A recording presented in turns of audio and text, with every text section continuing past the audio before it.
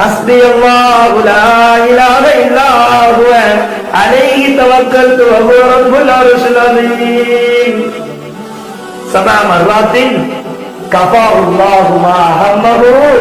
எவர் ஒருவர் காலையிலும் மாலையிலும் ஹஸ்பி அல்லாஹு லா இலாஹ இல்லா ஹுவ அலைஹி தவக்கல்து வ ஹுவ ரப்புல் அர்ஷில் அஸீம் என்ற திக்ரை ஓதுறாரோ அவருடைய கவலைக்கு அல்லாஹ் போதுமானவன்.